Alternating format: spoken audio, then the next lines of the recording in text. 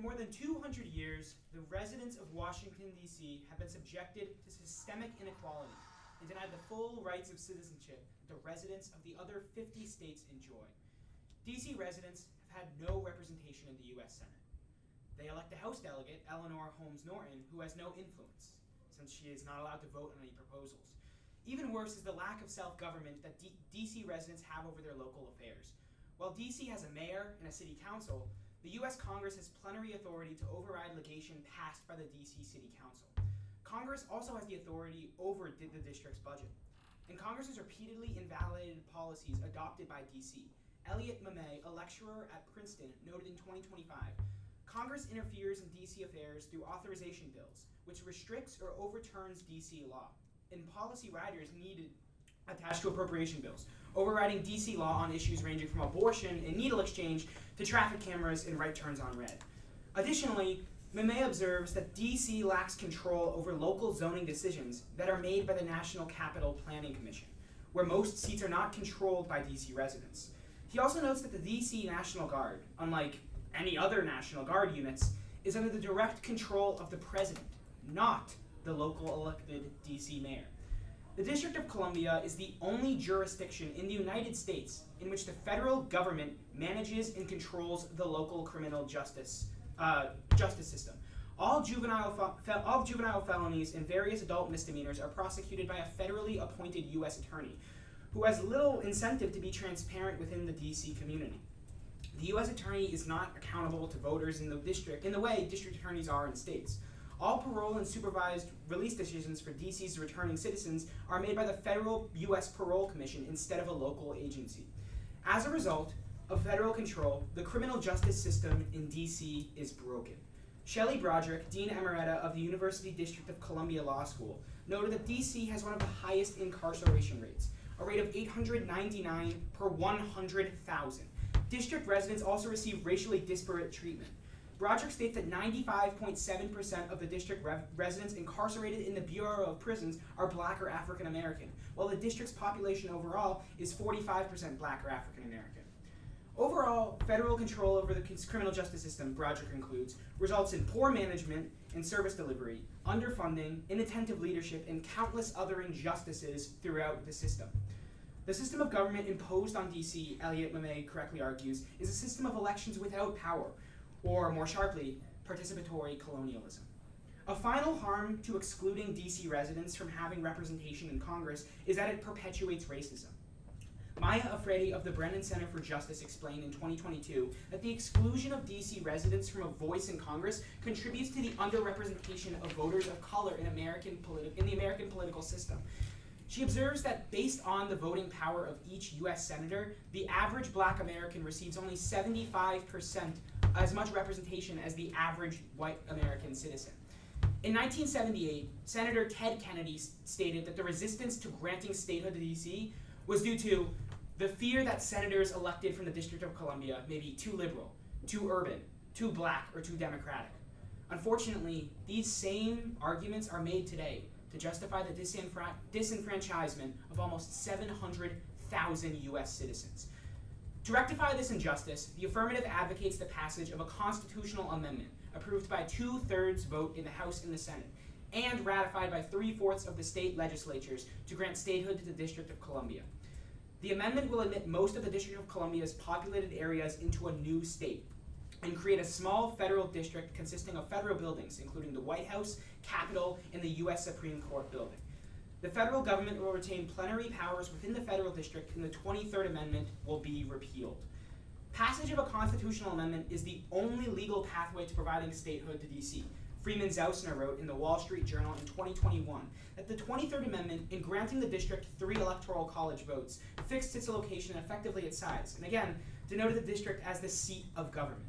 The amendment confirmed an understanding that only a constitutional amendment could alter its status or the scope of its right to representation. To make D.C. a state can only be accomplished by constitutional amendment. Next, statehood for D.C. is the only way to repair past racial injustices inflicted on Black residents. That's Mamey from 25.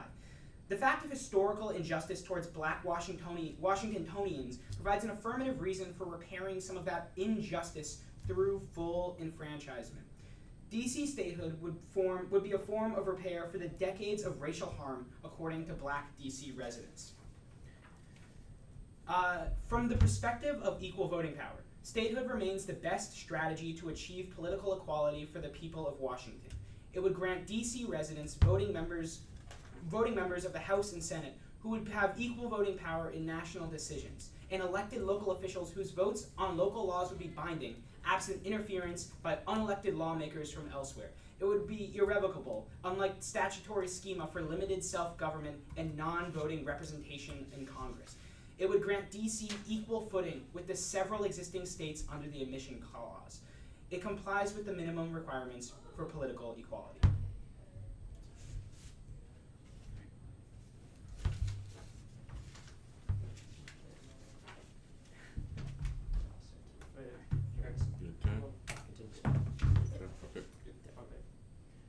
So to begin with, Cross, do you have proof of these zoning changes? It's natural that many places in DC are actually under the federal control, and so that there's no proof that, with what you said, that those zoning changes are specifically affecting DC residents and not just so happen to be the federal districts or areas and buildings within. So, could you repeat that? Like, you spoke of zoning change and the federal government's control of that negatively affecting DC residents. What's to say that those aren't just federal buildings, which the federal government naturally. Okay, so the District of Columbia, the current status quo is that any governmental action from the mayor of DC, for example, they're proving their budgetary and many of their actions have to be approved by Congress in the first place. So how does that affect zoning? Like, what specifically is zoning? Like, do you have proof that zoning laws are actually negatively affecting DC residents?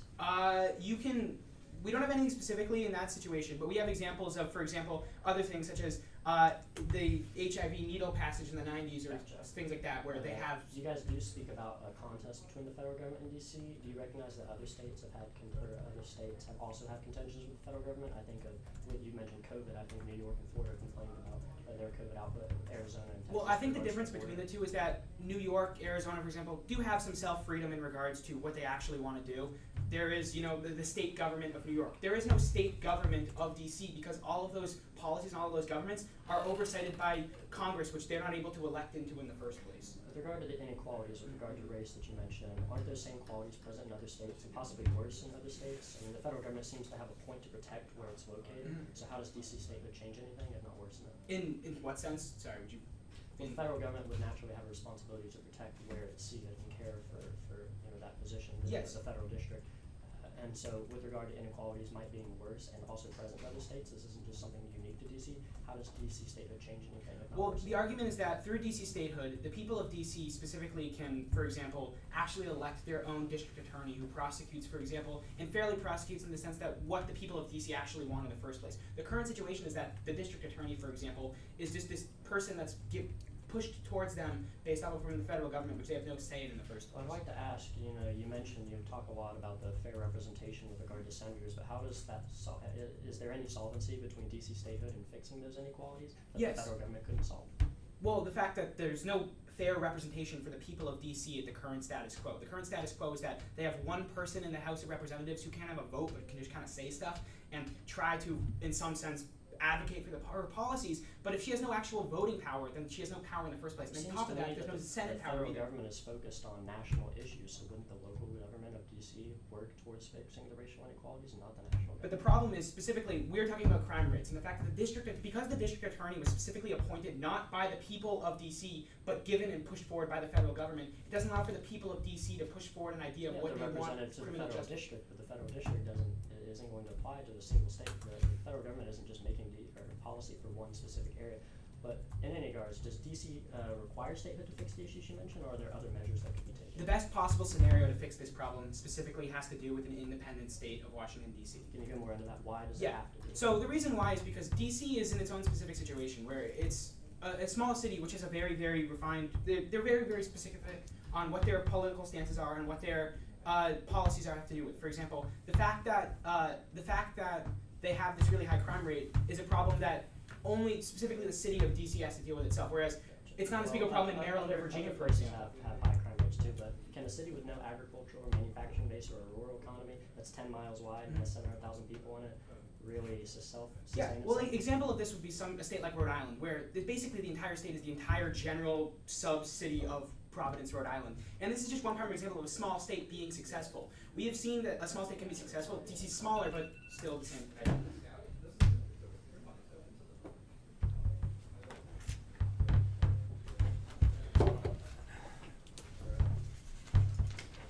What was your name? Joe.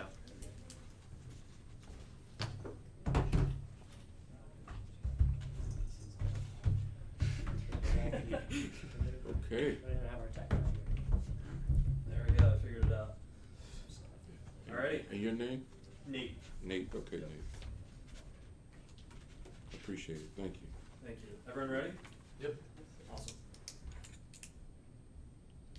We negate the resolution. First, a roadmap. We are going to prove two things in this debate. One, why altering the democratic process for partisan gains is dangerous. And two, why the likely outcomes of the affirmative plan, considering the current political status quo, cause more harm than good. Our sole contention is democratic disillusion. Let's not pretend DC statehood is about democracy. It's about political advantage. The overwhelming support for one party in DC makes this clear, and the Washingtonian reported that every single one of the 216 pro-statehood votes for H.R. 51 Make DC a State in 2021 were from Democrats. Even liberal-leaning constitutional scholars have raised alarms. Walter Dellinger, former acting U.S. Solicitor General under President Clinton, warned in The Atlantic that DC statehood creates a clear appearance of partisan opportunism, eroding the legitimacy of both the process and the outcome. DC is being prioritized because of what it guarantees: 2 more Senate seats for Democrats and control over federal legislation. We are not saying only Democrats are capable of this. If DC were overwhelmingly Republican, the roles would be reversed. The principle is what matters. You cannot normalize changing the structure of government whenever it benefits one side. That isn't representation, that's rigging democracy. And our Constitution was designed to resist short-term political temptation, not to surrender to it. Subpoint A, how democracies die. Democracies rarely collapse all at once. Instead, they erode gradually when political actors abandon restraint and weaponize the rules for short-term gain. Levitsky and Ziblatt explain in How Democracies Die that when one side breaks democratic norms, it emboldens the other side to retaliate, creating a vicious cycle where each escalation justifies the next. Benson 25 at the Center for American Progress echoes this warning. Even seemingly minor structural changes are dangerous. Seemingly small changes to democratic practices, when left unchecked, can accumulate into serious democratic backsliding. In other words, every time the rules are bent for advantage, it pushes democracy closer to collapse. DC statehood fits this exact pattern, but on a massive scale. Even if intended as reform, it would be perceived as a partisan power grab, changing the structure of government to benefit one party. Once that perception takes hold, retaliation becomes not only likely but inevitable. As Benson warns, if unchecked, democratic erosion accelerates, leading to concentration of power, breakdown in checks and balances, and eventually political violence. Today, America is dangerously close to collapse. According to Pew Research, Americans have polarized dramatically since the 1990s. Gallup finds that only 28% of Americans are satisfied with democracy, and CNN polling shows that 69% of Republicans believe the 2020 election was illegitimate. The polls are just the start. On January 6th, we teetered into what America is becoming. Subpoint B, domestic aftermath. If DC became a state, Republicans would seek structural revenge, pushing secessionist movements, carving up states to rebalance Senate power, or packing and stripping powers from the Supreme Court. Per Bickerton 24 of Newsweek, secessionist movements are gaining real momentum. 13 Oregon counties have voted to join Idaho, while parts of California and Oregon are pushing to form a state of Jefferson. In fact, there are currently secessionist movements active in 12 U.S. states, campaigning either for full independence, to form a new state, or to merge with an existing state. DC statehood would legitimize these movements. If DC can redraw the national map to get the governance it wants, red and blue regions across the country will demand the same. The president of the Greater Idaho Movement explains that this movement has always been about the people of Eastern Oregon getting their voice heard and helping those communities get the kind of state-level governance they actually want. This shows that the people living in deep red counties of blue states believe their situation is no different from DC's. So if DC residents get what they want, they will demand the same in an eye for an eye retaliation, like Levitsky and Ziblatt explain. No one would have more influence over an already furious conservative base than Donald Trump, whose rhetoric, as Macy 21 of Cornell explains, has made the once unthinkable and unsayable seem inevitable. The impact here is that if secession becomes normalized, America fragments into warring red and blue enclaves. National elections become structurally rigged, not by gerrymandering a few districts, but entire states redrawing themselves. Gridlock worsens as Congress becomes even more polarized. The legitimacy of the federal system collapses, leading to constitutional crises we are not equipped to solve. Subpoint B, foreign policy chaos. Even worse, radical domestic shifts empower radical foreign policy moves. Per Smith 22 of the Ohio State Law Journal, D.C. can only become a state constitutionally through amendment. Even if it cannot pass as a law, it will come to a constitutional convention. Do not think for a second that Donald Trump and his various underlings would not take over this constitutional convention, leading to far worse effects than would be desired. Trump has already floated the idea of annexing Greenland, calling it an absolute necessity, and saying nothing is off the table, even violence, according to NBC. Right now, that is mostly rhetoric, given Denmark's reluctance to sell Greenland, GOP lawmakers being lukewarm on it, per Begging 25, and Trump's tendency to bluff and make outlandish claims. But in a world where DC statehood fractures America's norms, Trump would be emboldened and Greenland would be the most likely neo-colonial target for Trump. Professor Mark Jacobson told the BBC that such a move would lead to exorbitant costs, heightened tensions with Russia and China, the fracturing of America's alliances, and even the possibility of war with NATO allies. Jacobson explains, if they invade Greenland, they invade NATO. That's where it stops. Article 5 of NATO would have to be triggered. And if a NATO country invades NATO, guess what? There is no more NATO. He warns that Trump's rhetoric claiming that the U.S. could legitimately seize Greenland mirrors the language of Xi Jinping on Taiwan and Putin on Ukraine. Jacobson concludes that if we take him seriously, this is a bad omen for the entire Western alliance. Overall, the affirmative does not solve a real problem, as we'll get to in our second speech. It manufactures a crisis. DC statehood needlessly destabilizes our democracy and invites disaster both at home and abroad. When the risks are this great and the need is non-existent, the only option for you judges to negate. Thank you.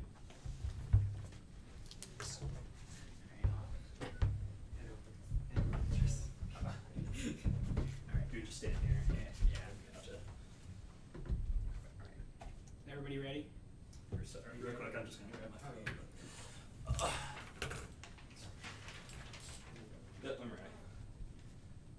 Alright. So, the first question I want to ask is you bring up this idea that democracy dies through a collapse of the democratic order, right? Pretty much, yeah. What is there democratic order in DC when the people of DC don't get a say in their own representation? Well, first off, DC they have their own mayor. The Home Rule Act grant them numerous self-autonomy procedures. In addition, the 23rd Amendment allows them to vote for president. And overall, that's just, that doesn't relate to this issue of how democracies die. So, does DC get representation and fair representation in the House, the federal House and the federal Congress, the House and the Senate? We argue that it's yes, they do. They do. Okay. Yeah. Cool. You also bring up the idea that just 28% of people currently was that 20% of all people, or was it Democratic? American adults. American adults. Thank you. Just 28% of American adults are satisfied with democracy in the current situation. If that's the case, doesn't it show that the status quo is that democracy is already collapsing?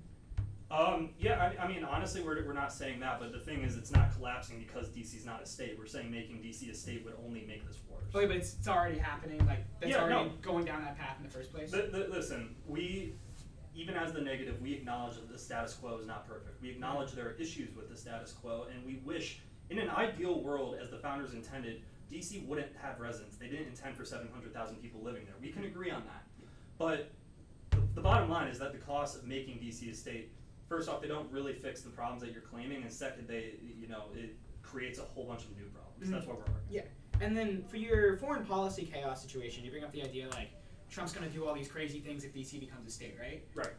Isn't he already doing some of these crazy things? For example, putting tariffs on basically every single country in the world, starting a trade war with China, and doing all the stuff that is already happening in the status quo, irregardless of what is happening with DC statehood? Right. Yeah. No, I totally understand your question. Basically, the thing is, we gave three main reasons as to why we don't. Generally, the public opinion is that this Greenland thing in the status quo isn't going to escalate. The first is that Denmark is reluctant to sell Greenland, which would make it much more difficult for Trump, obviously. Second is this Begging 25 source that says right now GOP lawmakers are lukewarm on this issue. So he doesn't really have Congress behind him. But what we're arguing is that in the event of DC becoming a state, that would increase the urgency for the GOP to reclaim more representation, to reclaim political power. And that's what would set him over the edge on an issue like Greenland. Cool. And then you say that there's the current problems that we're arguing in our positions aren't really that big of an issue in the first place. could you just repeat could you repeat that first, or a brief summary of that again as well, please? Is this something I said in my speech, or It what was. I just said in He was class? kind of doing cross. Okay.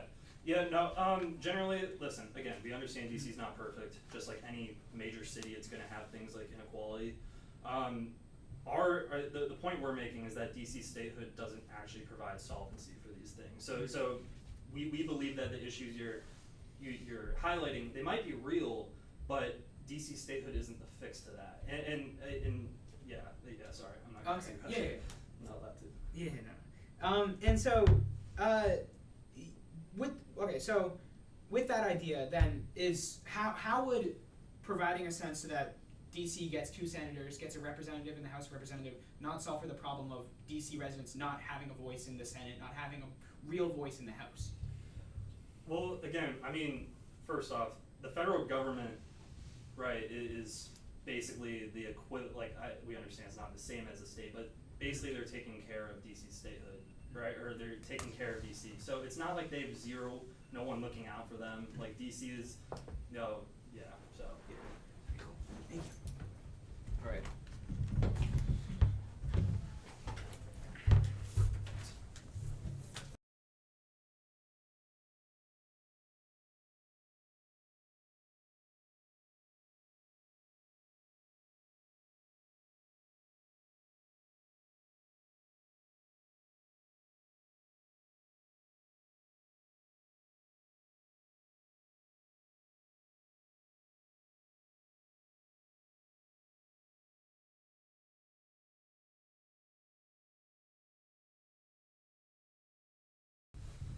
All right, is everyone ready? Oh, sorry. My 6 minutes will start with my first word. So our opponents claim that this is a democratic power grab. First, the power grab argument is a red herring. The real issue is civil rights and the denial of voting rights. Maloney, a New York House representative, argued in 2021 that the other side tries to frame the push for DC statehood as a power grab from the Democrats. I would say that the real power grab is denying 712,000 tax-paying American citizens the right to vote. This is not about politics. It is a fundamental voting and civil rights issue. Secondly, more Democratic Senate seats is a social good for advancing more progressive policies like free childcare and reducing student debt. This is Gemma Sosa, PhD in Near History from UChicago 23. Raskin has called this a major part of DC statehood's rationale, since the Senate has become the principal obstacle to social progress across a whole wide range of issues. The Senate is key to advancing legislation. 2 new guaranteed Senate seats would give the Democratic Party an extra edge.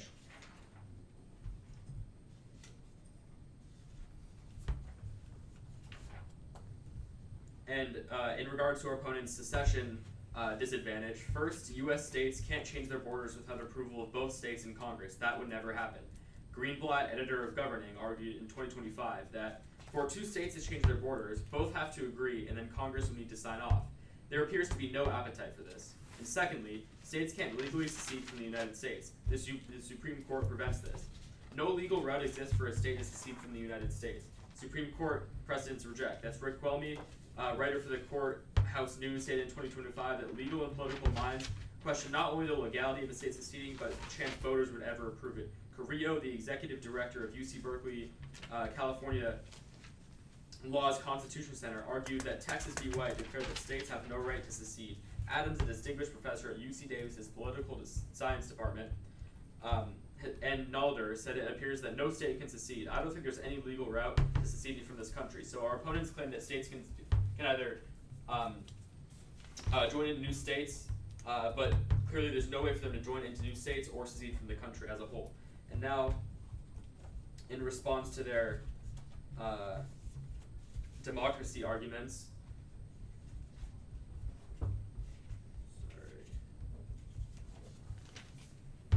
denying DC voting rights erodes U.S. efforts to promote global democracy abroad. Henderson, the Leadership Conference on Civil Rights and Human Rights, argued in 2021, even as we attempt to bring democratic values to the rest of the world, we deny over 700 grand citizens of our nation's capital the right to participate in our national legislature. It makes us look weak. It makes us look fearful of the contributions that others have.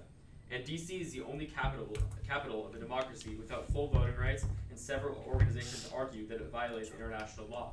Edelman, policy professional in Washington, who worked for the U.S. Congress for 5 years in 2020, said DC is the only capital of a democracy whose residents lack full representation. Several organizations have criticized DC's disenfranchisement, among them the UN.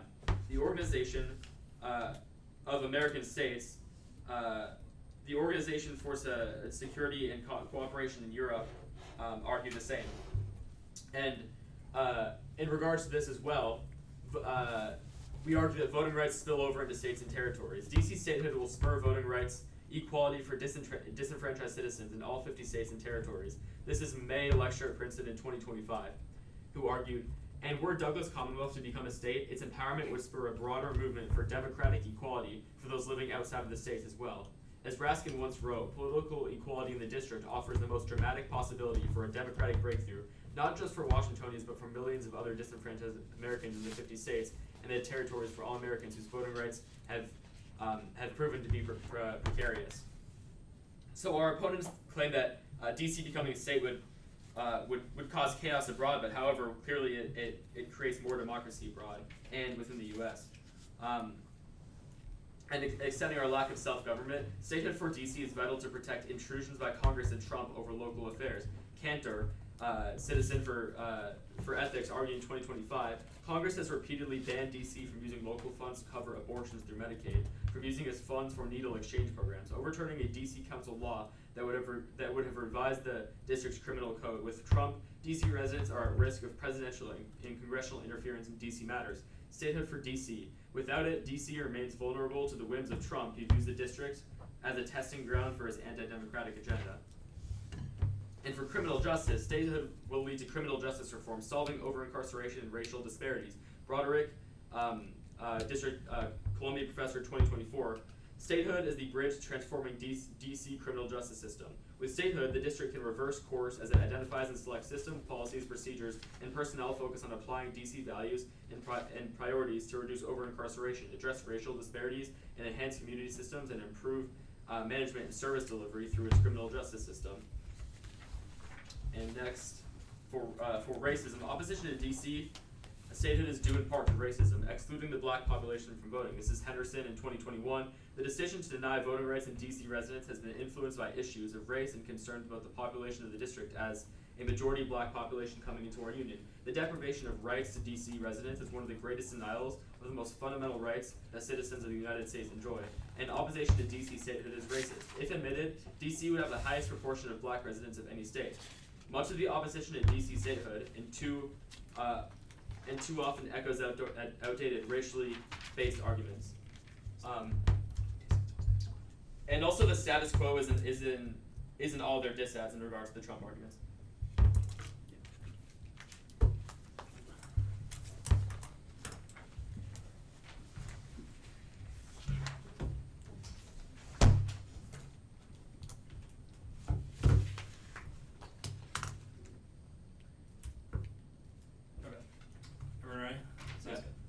So there's a lot, you guys make a lot of claims about how DC statehood solves, whether it be income inequality or these incarceration rates. I just don't understand, like, why specifically statehood? You know, why can't this part of DC just retrocede to Maryland and become part of the Maryland, if what really matters so much is having a vote in Congress? Yeah, so in part it's because the interests of DC are different than that of Maryland, right? If you were to propose a retrocession seat plan, there's different things we could say about that. But in specific, why statehood needs to happen is because they need to be able to elect, say a prosecutor or a district attorney to, that's going to more advance their own interests rather than that of Maryland, which is a different state, has different industries, etc. Yeah. Right. In your first speech, your partner's speech, you mentioned that this Broderick stat that DC has very high incarceration rates and that it's disproportionate with black people, like that black people get incarcerated more than they commit crimes. Yeah. Isn't this something that occurs across the country? I don't understand how this is unique to DC. It does occur across the country, but the extent is unique to DC because the largely black population is not able to vote on this district attorney. As we've argued, this district attorney would be able to, further advance the the interests of DC rather than just over prosecuting. As we've said, there's no transparency that the federally placed district attorney has to have. Therefore, that causes more over incarceration. So being able to elect their own district attorney will all of a sudden solve like a generations old problem of systemic inequality. I mean, don't other states elect their own attorneys and they still have these problems? I just don't understand how this is like a fix. It reduces the extent. If it creates transparency, that is. To what extent does it reduce? To what extent? Yeah, if we're gonna make DC a state and it's gonna I understand it won't fix it entirely, but like to what extent is it like are we actually gonna see change? I mean, it's a strong enough extent to vote on. I can tell you that. Okay. I guess for issues like this, like needle exchange reform that you're, I totally understand that. I just, again, this is an issue with federal interference, right? Yes. So why, if that's the case, again, why can't Maryland retrocession solve this? Because Maryland has their own state government. They wouldn't have to worry about the federal government in this scenario. And also, couldn't they expand home rule per se and give DC more privileges in an aspect like this, so they wouldn't be restricted by this interference? Yeah. So there's certain cases where retrocession would have the same solvency or would have the same effect. But however, what was the name of the evidence where constitutional amendments required? Here. That was I can bring up the name in a second, but the Zausner 21 card. Yeah, Zausner 21, where a constitutional amendment is the only way for this to happen. So, retrocession could be good, it could have these same effects, but retrocession cannot happen based on that framework. Sorry, can you repeat that? Yeah, so Zausner 21 was that a constitutional amendment, so 23rd, and then DC becoming a state is the only way that, based on how the 23rd Amendment is worded, this can occur. That's one other question. Like, DC becomes a state, right, in the affirmative plan. Yeah. I understand you said the 23rd would be repealed, but like, how do we guarantee this? Like, how? Because this is fiat. Elaborate. We're arguing in this debate that it should. That's what the resolution is. Right, but okay, that's cool. Okay.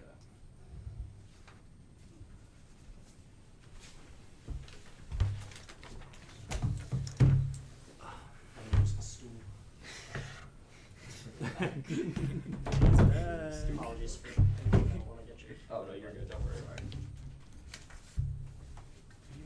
Yes, yeah, thank you. Podium is back.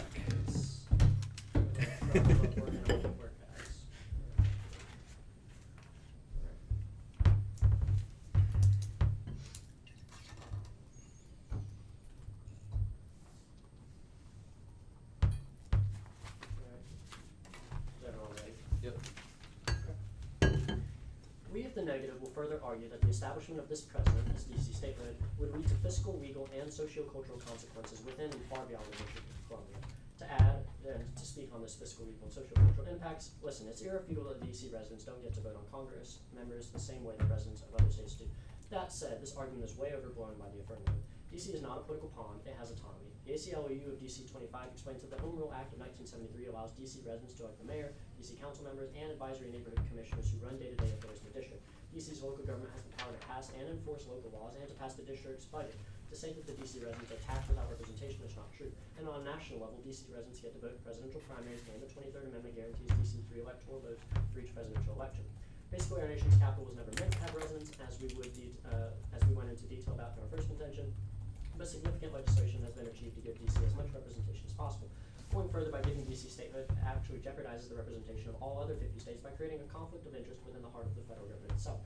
Stedman 21 of the National Review explains that in 1783, when mutinous soldiers gathered in Philadelphia, the Pennsylvania governor refused to protect Congress, forcing it to flee the state entirely.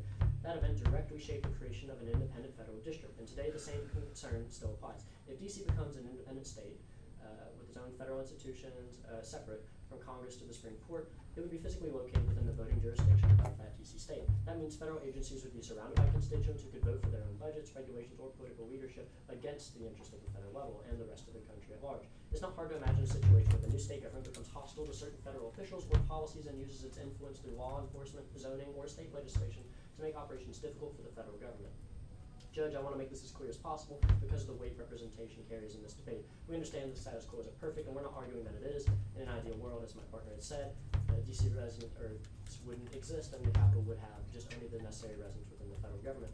But still, DC is a very well-off city, and even if it wasn't having the power to construe a national policy to its own benefit, it's simply unfair to the rest of the world. We had mentioned, and the affirmative had confirmed, that this would require a constitutional amendment. Now, given the current status of our government, a Republican-controlled government with House, Senate, Supreme Court, and the presidency, seated by a man who has, and he is only in it for himself and his close colleagues, do we really want to leave the DC statehood in his hands? Make no mistake, Trump has taken over the Republican Party, and so we may use this to analyze our standing with regard to the actual passage of DC. By this we mean to analyze the two ways in which DC statehood would come about. Understanding it would come from no law, as a Republican-controlled majority would not allow for it. Further, if we went the route of a constitutional amendment, and the Congress cannot decide for it, because again, the same Republican majority will not allow for it, it can also go to the states with a 2/3 majority acting according to Article 5 of the Constitution. Yet, establishing this precedent under partisan grounds of allowing calls for statehood to exist, we invite the earlier mentioned secessionist movements across the country. This gives Trump the opening he needs to establish many more worse things that will impact not only the DC residents, but the country at large. Sure, DC may be on the ballot for the states to decide, and it very well may pass, but it wouldn't pass alone. Many of the current secessionist movements, many of which lean right, such as the Greater Idaho movement, would be placed on the same ballot to be used towards partisan ends and a total Trump takeover of the country. Not to mention the many other constitutional amendments that could be put on the ballot, such as repealing the two-year rule as president, allowing Trump to stay in power for longer and cause more problems. 2 senators are one thing, but many more senators that come from the new right-wing states and further Republican control across the states is much worse. Towards the federal interference, which our opponents mentioned, in securing the better representation for DC statehood and to speak of the negative interference from the federal government, we input the following. Why would the federal government not take care of DC? The federal government is housed there and it's their place of work. According to the DC Policy Center in 1997, the Clinton administration passed the Revitalization Act. To reduce the spending pressures on the district, the federal government took over the district's $5 billion unfunded pension liability.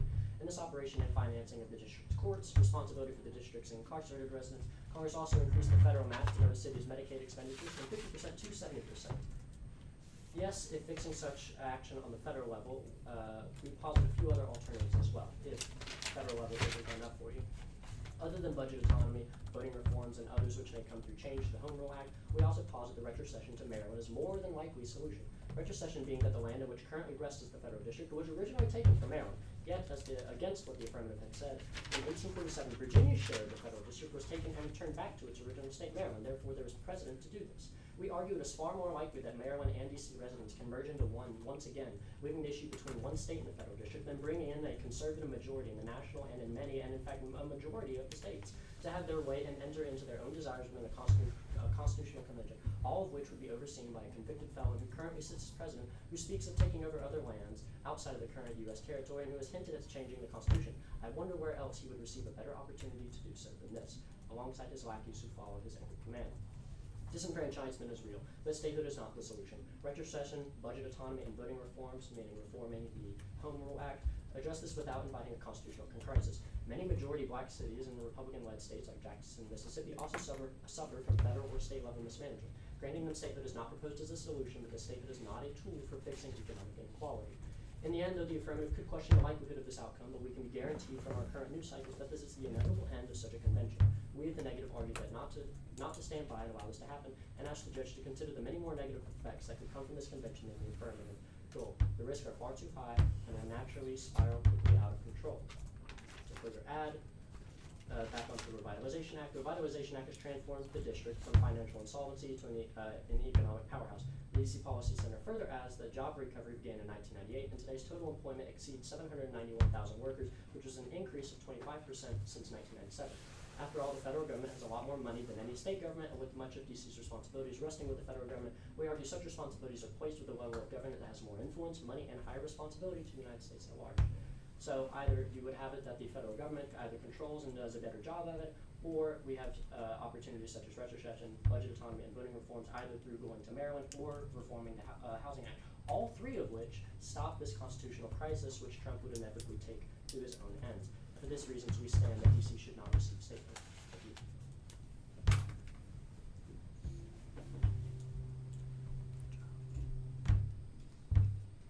All right, are you ready? So you mentioned that the Revitalization Act, makes DC a, viable as a federal item. would our, in what way would our affirmative get rid of the Revitalization Act? Why do you need to get rid of the Revitalization Act? Well, we don't need to if it makes DC financially viable. Yeah, under the federal government. Okay. So that would mean that it wouldn't become a state. Cool. So one of your points was that DC has council members that pass laws and this can count as representation. But how would you comment to the example of the needle recovery program that we brought up, where it was struck down by the federal government, despite this being a law made by these council members and local Well, authorities? again, I think that goes back to our point that either the federal government is going to do a better job because they have more money, more power, more authority and such. So Yeah. either you're going to have it that the federal government does it, or we have these other options that if DC residents don't like that, we can have budget autonomy where they can go into these things. We can have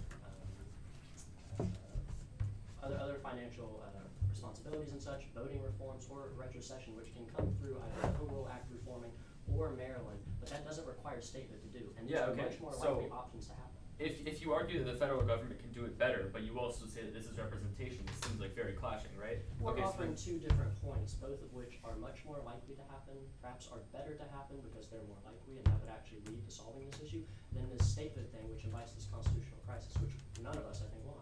all right, yeah. So you're right. You argue the secession or retrocession is more likely, based on historical evidence. This was what year? What year was the 1847. 1847? And when was the 23rd Amendment ratified? In the 1900s, you'll have to forget. Yeah. So it's after the 1800s. Is the point? Right. But that basically invalidates that precedent because we've established that the 23rd Amendment. The 23rd Amendment pretty much makes it necessary that we have a constitutional can't go amendment. back on rules and stuff. We can't, I mean, if we're changing the Constitution, we can't, that might have been perhaps a temporary fix. Either we can have it as the federal government keeps it, which we've argued at one point, or two, we could just amend the Constitution to change that, and that we say, oh, that was a temporary fix, and now we've actually got. Well, real then that's not change. retrocession. That's not retrocession. That isn't what you advocate for. It's a bunch of It is different. retrocession. We're either It's a changing bunch the of different Constitution plans. so that district goes back to Maryland, and then we just would get rid of the 23rd Amendment. The larger population of 700,000 people would go back to Maryland. They might get a few more constitutional votes. They get some representation. They get all the voting reforms and such with that. And so, yeah, we would just be doing away with the 23rd Amendment to have the 29th. All right. So and then one of the things you mentioned was in an ideal world there'd be no residents in DC and only the federal buildings would be in the district, right? Is that? Yeah. Okay. So in what way is that not verbatim pretty much what our plan is doing? I kind of don't understand how that's different. We're saying that we wouldn't have these representation problems because the founders obviously couldn't have foreseen that 700,000 people would come in. Yeah. And so, again, we're not saying that statehood wouldn't fix that problem. We're saying that it invites many more and larger problems, which is why we're trying to avoid this constitutional convention crisis. And we're saying that our retrocession or budget reforms through the Home Rule Act could also solve those problems and not invite this constitutional convention, which Yeah. we think is the better idea. So it seems like the short-term harms that you're setting are not really unique to this occurring. Short-term Trump is harm, going I to think it's going to ratify there and change the entire country. We have states like Oregon and Idaho fighting over the greater Idaho movement and such. It's going to tear apart the entire country, not to mention the other constitutional amendments that I think Trump would try to implement on these during this convention to further. Yeah, I mean, Trump wouldn't do that isn't unique. He wants power no matter what. And then one more question so this is, would give him the way to do it, and retrocession would. you mentioned that taxation without representation is untrue, but do DC residents have members of the House and Senate? I don't think I said No. that. Yeah, you did. You said in one of your sources taxation without representation is untrue. That was verbatim. I don't think so, but in any Well, case. that's 4 minutes. I think so. Alright, we're gonna use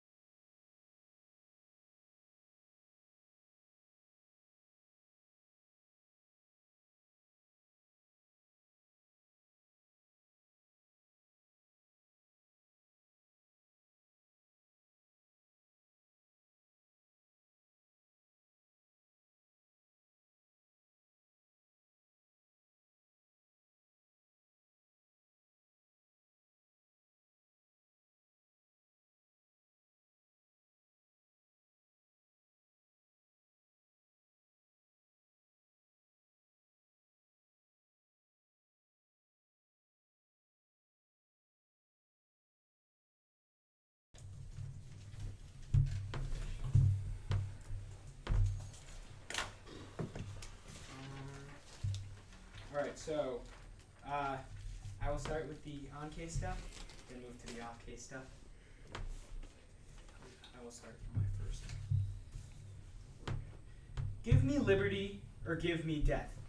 Those were the words of our founding father, Patrick Henry, who said this after the faux congressional authority that the colonies had in their policies pushed forward for taxation, for example, was overridden by an authoritarian king who they did not have the voting representation to vote for in the first place, or the parliament to vote for in the first place. And that is precisely what is occurring in our very own nation's capital at this moment. The people of DC, despite being American citizens, do not have fair representation.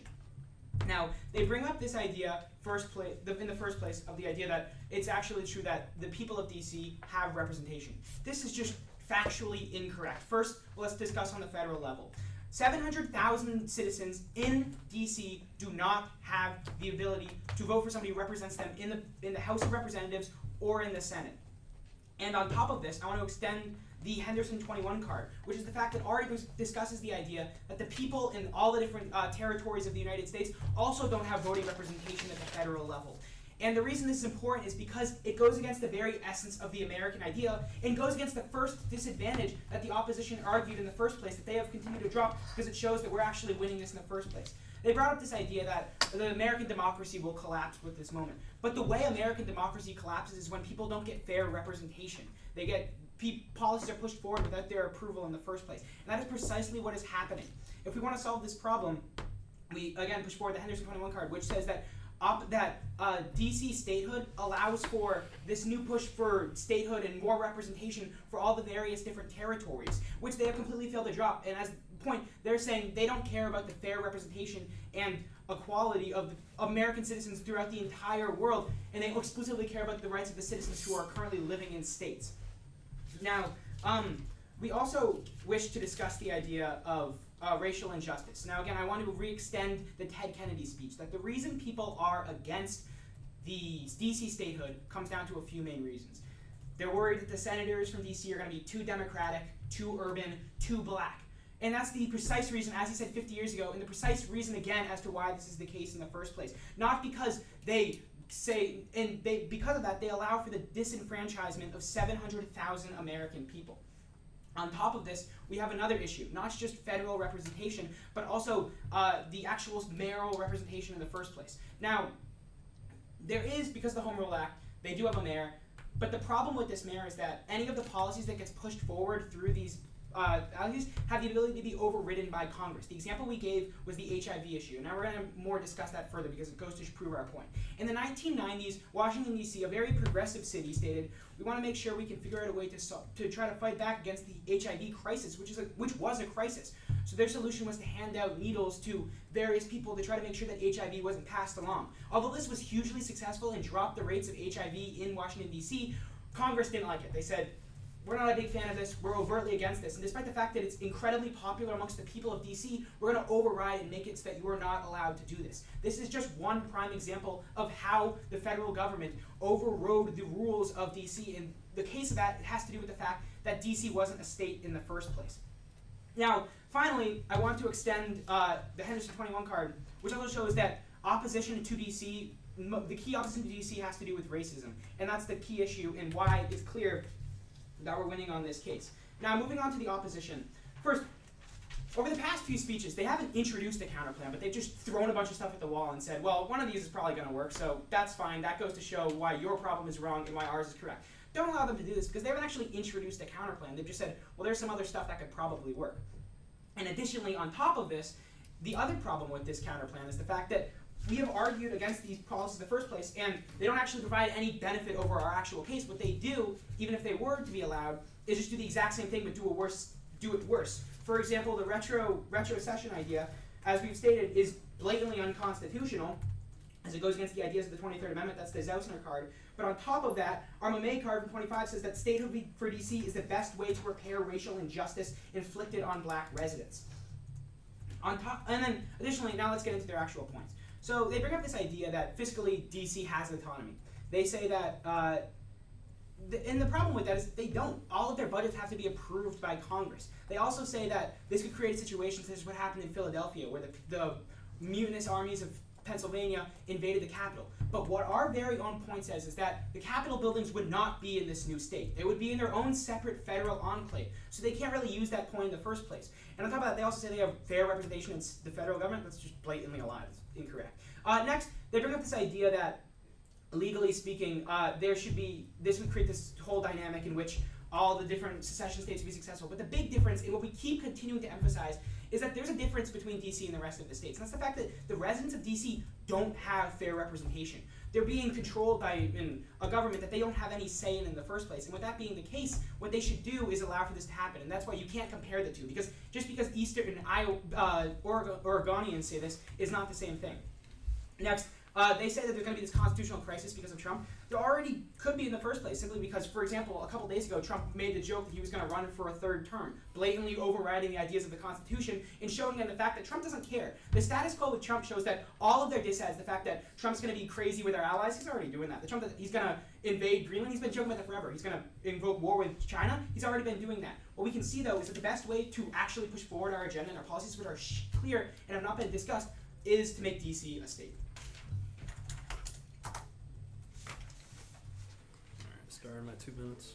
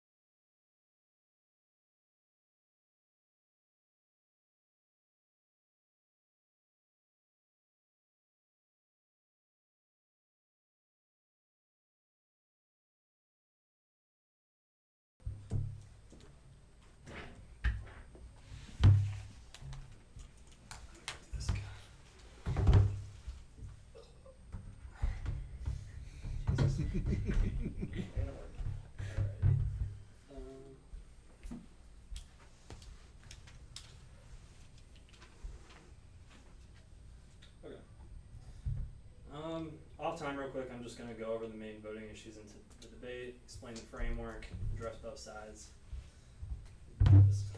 Is everyone ready? Awesome. Okay, here's the thing. The main reason, Judge, why you can drop this affirmative plan is because they simply don't link these issues in DC to solvency.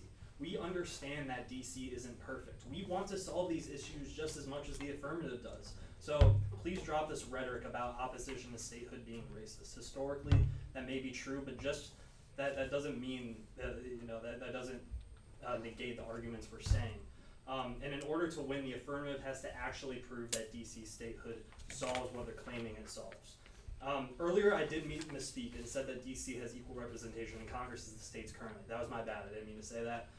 So we can see the representation point, but the thing is, it's a tautology. If DC becomes a state, yes, obviously they get senators and representatives, but our opponents simply have not been able to prove the fact that getting these senators actually solves anything. First, the issues of racial discrimination and inequity in the courts and income, these are national phenomena. These occur in all the states. So our opponents claim that state government and being able to elect an attorney general would somehow fix these issues that have lasted for generations, and that it's not fixed in states where that's true. And also, you can drop this whole thing because according to the Office of the Attorney General DC, beginning in 2013, DC actually has had the right to elect an attorney general. Therefore, you can drop these impacts. When it comes to federal interference issues, we proved that Maryland retrocession or adjusting the Home Rule Act could fix and prevent these from occurring, such as the Clean Needle program. Our opponents conceded in cross that current DC zoning laws and the status quo do not have a negative impact on DC residents. In other words, there's no link here. They also conceded that Maryland retrocession or expanding home rule could have equal solvency as statehood. So that just justifies what we're saying. So the debate basically flows here to the impacts of statehood versus the impacts of some of these counter plans, in which all the positive impacts are non-unique, but the negative impacts we outlined are very much real if DC gets statehood, while not being real in the status quo or with a counter plan. Also, our opponents have said that we didn't specifically pick a counter plan, but we don't have to. We're just expressing that we don't need to go with an affirmative plan when there are other solutions. We're not policymakers. It's not up to us to choose which one of these would be best. Also, they say Maryland retrocession is unconstitutional, but if you use that logic, then DC statehood is unconstitutional because of the district clause that we talked about. So how do we access our impacts? Judge, whether or not you believe DC statehood is a partisan power grab, is I'm sure there are good intentions in this movement. The important thing to remember is how it would be perceived. We're not saying Trump and the GOP would be right to retaliate, but we're saying they would. Flow through Levitsky and Ziblatt, who explain in How Democracies Die that when one side breaks democratic norms, it emboldens the other side to retaliate, which creates a vicious cycle where each escalation justifies the next. Our opponents basically drop this line of argumentation. Also flow through Benson 25 from the Center for American Progress, basically saying that this would be perceived as a partisan power grab, changing the structure of government to benefit one party. And once that perception takes hold, retaliation becomes not only likely but inevitable. If unchecked, democratic erosion accelerates, leading to concentration of power, breakdown of checks and balances, and eventually political violence. Our opponents also conceded that tensions in this country are fuming. They say seceding is unconstitutional, therefore it won't happen. But what about when West Virginia left Virginia? What about the Civil War? Our opponents have effectively dropped our impacts, and just because something's unconstitutional, which if it happens through a constitutional convention and amendment, then it is constitutional. But even if it's not, that doesn't stop it from happening. Also, let me reiterate basically the reaction of what would occur across this country. Again, we mentioned 12 states currently have some kind of state secession or like splitting into another state movements. And again, the president of the Greater Idaho Movement said that basically, to paraphrase him, he's basically saying the exact same thing DC residents are saying in favor of statehood. They're saying their voices aren't being heard. This shows that the people living in deep red counties of blue states believe their situation is no different from DC's. So if DC residents get what they want, they will demand the same in eye for an eye retaliation. This is important because in order for DC statehood to get an amendment, like our opponents say, both sides agree that for this to happen, it would have to happen through an amendment. It would require a constitutional convention among the state, that's prompted by the states. Because guess what? DC statehood isn't happening right now in this government. The Republicans control the House, the Senate, and the Supreme Court, and the presidency. There's no way we get some HR 51 bill passed through, and we've already said that's not constitutional. And there's also no way that the Republicans just magically flip and decide, you know what, let's make DC a state, because at the end of the day, politics do matter here. The only way this happens is if there's some sort of counter benefit that would prompt these states to say, you know what, maybe we should have this constitutional convention. And guess what would be on the ballot? It would be a ballot containing DC statehood and then all of these other secession movements. Basically, you would get the Greater Idaho Movement. We would say, let's split this up. Let's take Oregon, put it in Idaho. It would be an absolute mess. We've talked about the economic impacts of restructuring statehood. Also talk about the impact that just has on people. Imagine one day you live in one state, the next day you live in another state with different laws, different culture, different politicians. Your property value would probably fluctuate massively. This is so unconstitutional. This goes against the very foundation of federalism. And then lastly, foreign policy. Listen, we understand that there are tensions in the status quo. Our opponents have identified this, but here's the thing. Who cares? I mean, we know this Greenland thing isn't going to happen right now, but this is the exact kind of thing that would push Trump over the edge. If there's any president in American history, or at least recent American history, who would do something like this, it's Donald Trump. He's expressed it. And with a reason, with an excuse, DC statehood could be the thing that gets us into a war with NATO, which is basically the end of Western civilization. So thank you. We strongly negate it. Yeah, yeah.